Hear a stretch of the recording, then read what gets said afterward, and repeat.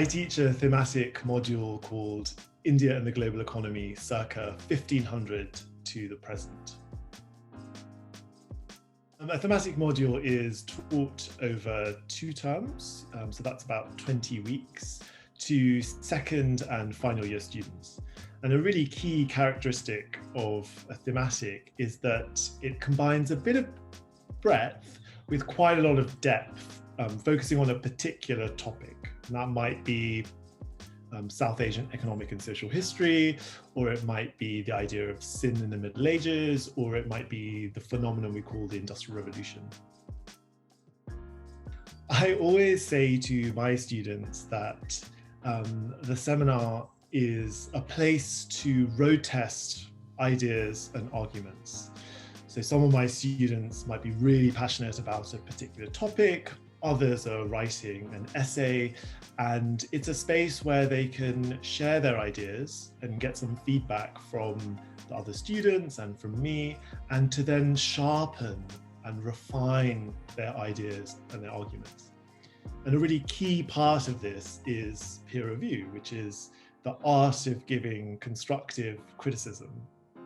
It's much harder than you think, and the seminar is also a space in which to hone the skill of peer review, of giving constructive criticism.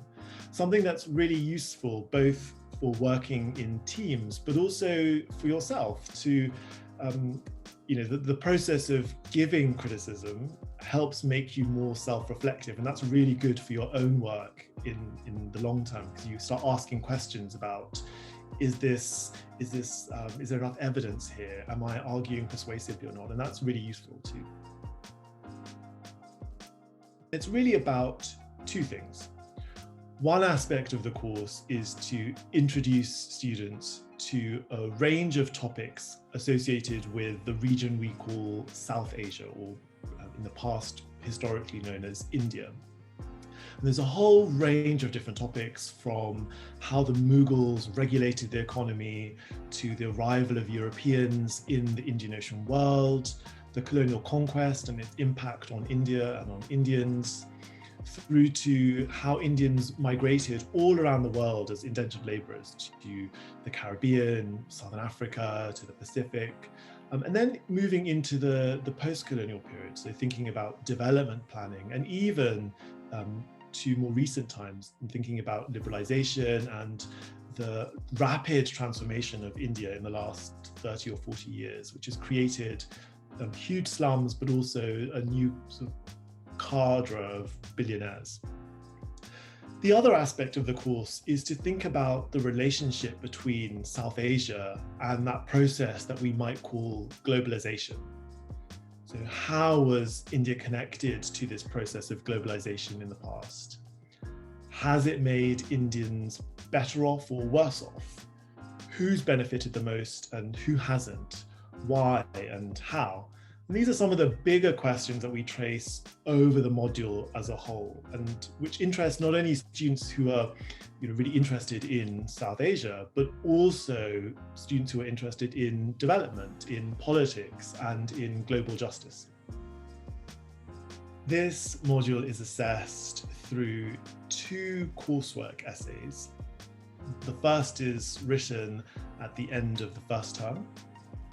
The second is written towards the end of the second term, and they're each 2,500 words.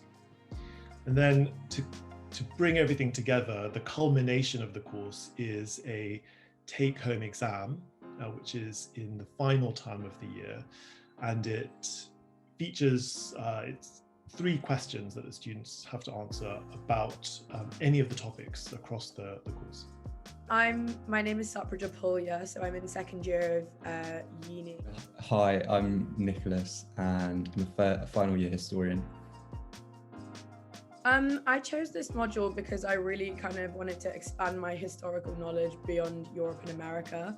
I felt like the whole time I was in school, I didn't really study anything that was diverse, particularly, or anything that I felt connected to, or about anyone that looked like me. And so I was really drawn to the course because, I found the Indian subcontinent quite fascinating, but also I thought the global approach was really interesting too. So that's kind of like the main reason I picked it.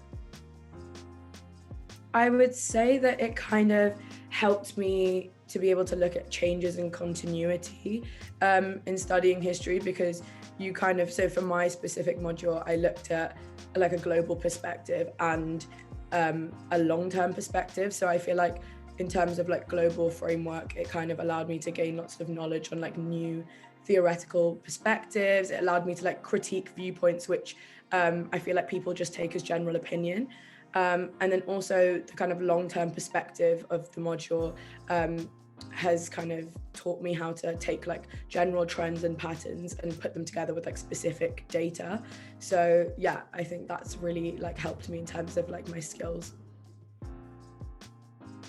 I think for me, if you haven't studied sort of Indian or non-European history, it can be quite a challenge at first to approach some of the terminology, some of also like the ideologies. I think the case system just sounds very foreign to people who don't know the history. Then sort of getting to grips with that does take time, but it's definitely like once you've done a couple of weeks of the module, it's fine. My favorite topic would probably be indentured labor, which I kind of wrote one of my first essays partly on. So I just thought it was really interesting because it was kind of learning about the movement of people from the Indian subcontinent all over the world as part of indentured labor and the legacy of that. So I found it really interesting. And there was kind of like debates between free and unfree labor. So I just thought it was really interesting to look at like the agency of people. I thought there was like more complex debates in it, which I'd never really learned about. So I really enjoyed that topic. Why were the Portuguese so successful in the Indian Ocean world, which was a nice sort of entry essay into the topic, sort of understanding the broader context of the Indian Ocean world. So India was not really just by itself there. It's like it's an entire complex you don't understand. I would say the kind of amount of information and the content you learn can feel overwhelming at times because it's such a like broad, they're generally such broad courses. So I would say my advice would be that when you're doing the reading and like listening to the lectures, just try and pick up on the broad themes and patterns in the periods so that the content feels less confusing. And so like that means when you're looking at more specific facts and figures and information, you can kind of look at it more meaningfully because you're aware of the general shape of what's going on in that period. So yeah, it would be to just kind of simplify the content down so it doesn't feel so overwhelming.